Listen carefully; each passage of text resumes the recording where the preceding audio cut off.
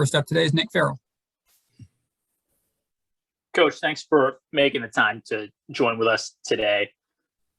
What has your team learned about itself over the last 2 games? I hope that it's just been a little dose of humility, really. That the margins are incredibly small, win, lose, or draw. So, even when we had obviously the early success and the results that we did at the start of the season, those margins were fine. Those winning margins were fine, and it took all of the details, all of the smaller, intricate parts of the game to get right in order to make sure that we had that success early. And when you go away from that a little bit, or don't execute to the fullest extent or with the same level of conviction, then teams that you may feel that you're stronger than can obviously come away with a win or come away with a result. So I think it should be a really good teaching moment for us, a real teachable moment from a perspective of humility, consistency, and understanding that as good as the start has been and as nice as the recognition is and being ranked and all of those aspects of things, that it does come with a burden. And perhaps our burden was that we got a little complacent or a little content, that we struggled to deal with that pressure. I think it would have been slightly different for each individual on the team at the time. But having said that, I think now it's understanding that the chip we had on our shoulder going into the season should remain, and we still very much have a point to prove as a program, that not only we belong as a ranked team, but probably belong in the top 10 with what I've seen of the entire country up to this point. But we have to go and show that. We have to go and do that, and allowing other teams to stay in games or allowing other teams to show up and deliver with more conviction, urgency, and effort than us is unacceptable. So I hope that we have a point to prove going into Saturday, and that we right some of those wrongs of the last couple of games in particular. Dan, I remember during a conversation we had earlier in the season, not in conference play, you had mentioned you thought your team kind of was hitting that mid-season lull that many teams go through. Do you feel that maybe some of that is back with your team? And how does going on the road impact that gritty mentality that you want your guys to have?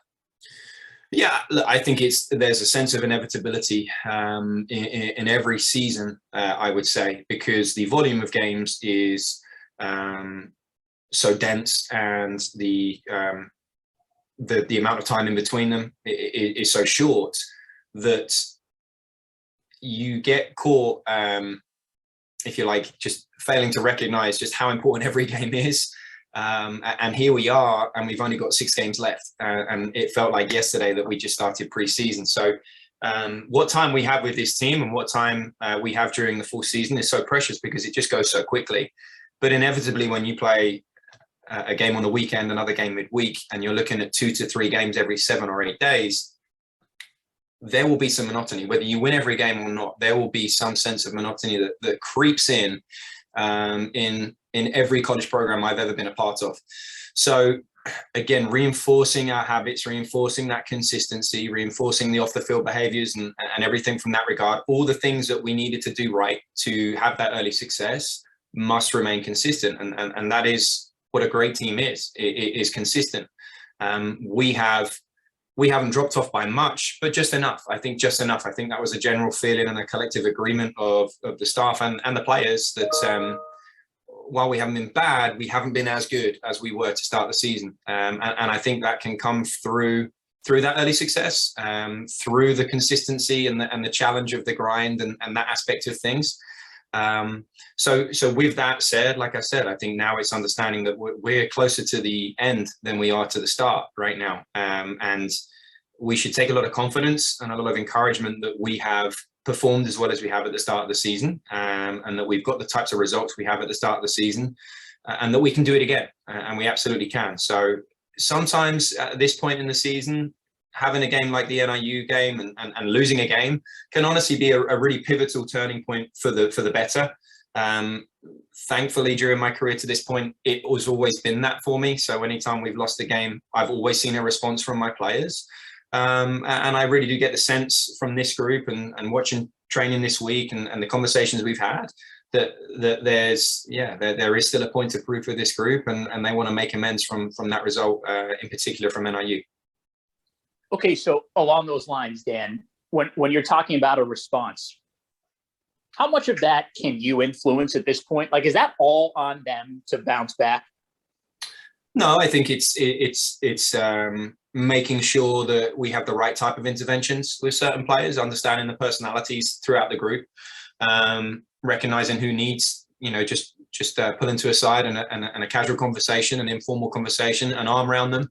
Who needs maybe the opposite, and a bit more of a prompt, and with a greater sense of urgency. So, of course, I want it to come from the team. I want it to come from the leadership.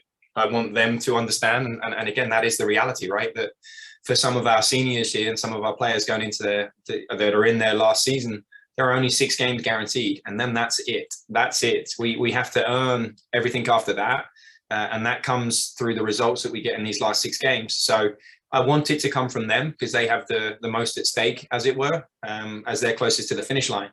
But I definitely think that they need to understand and that we can teach and we can reinforce some of those messages as former student athletes here at WVU, and as their coaching staff to help them steer the ship in the right direction. Because as I said, this can be a pivotal moment that typically elicits the correct response, but it could go the other way as well. So I know that Western Michigan will be coming into the game with a lot of confidence and will want to feel like they can take advantage of a West Virginia team when the chips may feel down. But in the grand scheme of things, we're 11 games in and we've won 6 and only lost once. So there's still a lot of confidence we can take, and a lot of positives up to this point in the season. And I hope that the loss may have been exactly what we needed, quite honestly. So Dan, all of that said, 6 matches is not a lot remaining, but it is a lot in terms of how much could happen in the MAC to allow you guys to still have a shot, right? So how important has this Western Michigan match become? Yeah, we still have the same targets in mind. We still want to win the regular season in terms of the conference title. We want to win the conference tournament, and we want to be a seeded team going into the national tournament. And all of those things are possible. We might have to win all 6 of these games, but we've also shown this year that we're capable of that as well. We're looking at the strength of schedule that we have, and there's some good RPI games to come. But as we've seen, we have played up in those games, in the likes of the Marshall game, Pittsburgh, Penn State, even Akron to an extent as well. So there are great opportunities and some marquee fixtures coming up in these last 6 games where we should feel confident because we have shown time and time again this season, and even last season, that we are more than up for that challenge. So I think from my perspective, nothing has changed. I think we've been dealt a dose of humility that was probably needed, and can be something that can really help this team just get back to the fundamentals of what our identity is, what our core values are, and really approach this game on Saturday, focused on just this game on Saturday, and making sure that we get our first win in conference. And at that point, given how much of a toss-up I think it's going to be in conference, anything can happen. I think if we were to win 4 games here in conference, there's every chance that we could end up being the conference title, or taking the conference title. Coach, I've got one more, and I know you look at analytics a lot, right? The data that you guys posted a couple of days ago, maybe it was yesterday, about top speed, total distance, things of that nature. I guess I was struck that Aaron is up there in so many categories, right? Because typically, and maybe this is wrong of me, you just don't necessarily think of center backs as the fastest guys on the field. So 2-parter, who is your fastest guy, do you think, Coach? And what does it say about your system that your center backs are the guys that are eating up the most distance on a regular basis per game? Yeah, I think that as the season has evolved, obviously, not having Dion Drummers has adjusted or impacted maybe the quality of depth, in all honesty, at the centre-back position. So inevitably, Aaron, Kevin and Bjorn have played more minutes, which inevitably means they're going to accumulate more distance than others. we should have Dion back here very, very soon. So that might help us and allow us to give them a little bit more of a break, especially when there are 6 games in the space of 3 weeks, I believe, as of today. So we have a very dense schedule here to finish out. So we will need some depth in that regard. But as someone that's ran this system a few times now and over a number of different seasons, I have always had or been in the fortuitous position to have very, very fast centre backs and very quick centre backs. And Kevin and Bjarne are no slouches either, I can assure you. So it's key when you're going to have a 3-back system and play the way that we are, that they can cover ground, that they can nullify a counter-attack threat. And yeah, when Aaron gets going, he's definitely one of our fastest. As far as the data would indicate, it's probably somewhere between Tony Pineda and Elijah Borneo, I would say. But again, there's elements of quickness that aren't just calculated via the GPS, and the number of times that you can truly get out to a full sprint is quite often quite slim. So we're looking at explosiveness, agility, the quality of their accelerations, because it's those shorter distances that are typically most valuable when it comes to winning a race, specific to our sport. So yeah, I mean, we've got a lot of mobility, a lot of dynamic players, and again, it's nice to know that between Aaron and Kevin Bjarne, we've got plenty of mobility to cover space in behind and make sure that we're as defensively resolute as possible. Appreciate it, Coach. Good luck. Hi, Coach. Am I unmuted? Yeah, I think I am. You are. So going into MAC play and then instantly becoming a 1-1, what does your team need to button up collectively in order to succeed in the latter part of the season? And then are there certain players that you're looking for to step up into those leadership positions in the second half of the season? Yeah, again, I don't think it's significant areas of the game. I think part of our greatest attribute going into this season and in the early parts of the season was our intensity, our conviction and decisiveness on both sides of the ball. And yeah, it's on a spectrum. It's not that that's disappeared. It's just not as effective or as good as it was to start the season. That's my honest opinion. There are some GPS indications and other statistics that would probably support that as well. But I think it's the general feeling of the staff and the players, and I think they've acknowledged that as well. And I think that's so important for growth, that while we have gone through a challenge in the last couple of results, everyone has acknowledged what it is. Everyone has acknowledged why it is, which is the first step to then improving upon it. I don't think anyone's in any kind of denial about where we've fallen off a little bit and what are the areas we need to improve or get back to our best. I would also say that we started the season with excellent performances and an incredible work ethic in those games. So it is quite hard. It is quite challenging to stay at that level throughout the full course of the season.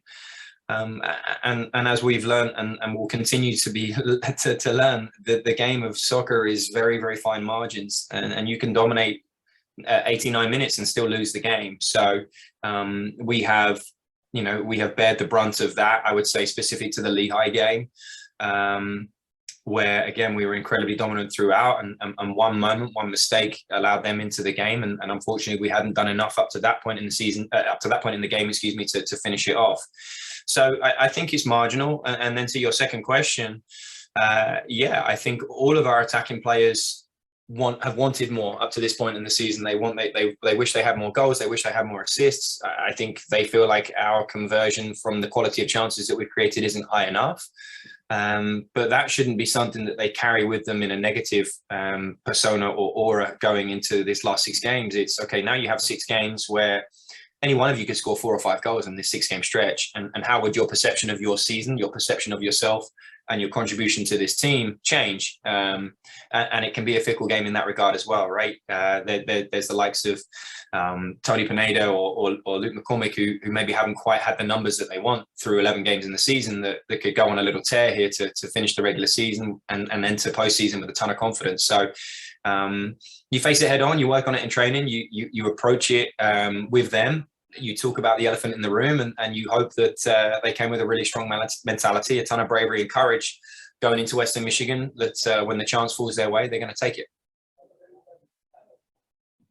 Coach, how about this Western Michigan team? They've been really good at home in particular this year, and obviously coming off a great result yesterday with Michigan State. Yeah, I watched the Michigan State game, and they were very worthy winners. It was an interesting game. Obviously, they've had an indifferent season up to this point, just simply based off their record. But when you actually break it down, UVA, for example, they were down to 9 men, and it took until 2 minutes to go for them to lose that game. Kentucky was a 1-goal game on a set piece late in the second half, and then as you mentioned, these last 2 results with 2 clean sheets and 2 important wins, in-state wins, I think, with Oakland and Michigan State, they're going to take a lot of confidence.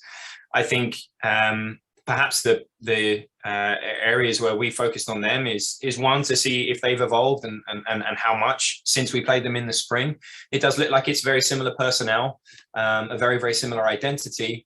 And I think that's where I give them the biggest compliment is they have a way of doing things. They have an identity, and Chad, the head coach there, however he's delivered his message, he's done it well, because the players are bought in and the players are executing what it is they try and do with regards to their game plan. So I don't think there are any secrets in terms of what they're going to look to do, and I don't think there are any secrets in terms of what we're going to look to do. It'll be who can execute with the greatest amount of conviction, and who wants it more on the day. And I think that's where we need to get back to our best, and we need to get that appetite and that edge and that intensity back, because without a doubt, Western Michigan are going to give you that and going to offer that challenge going into Saturday.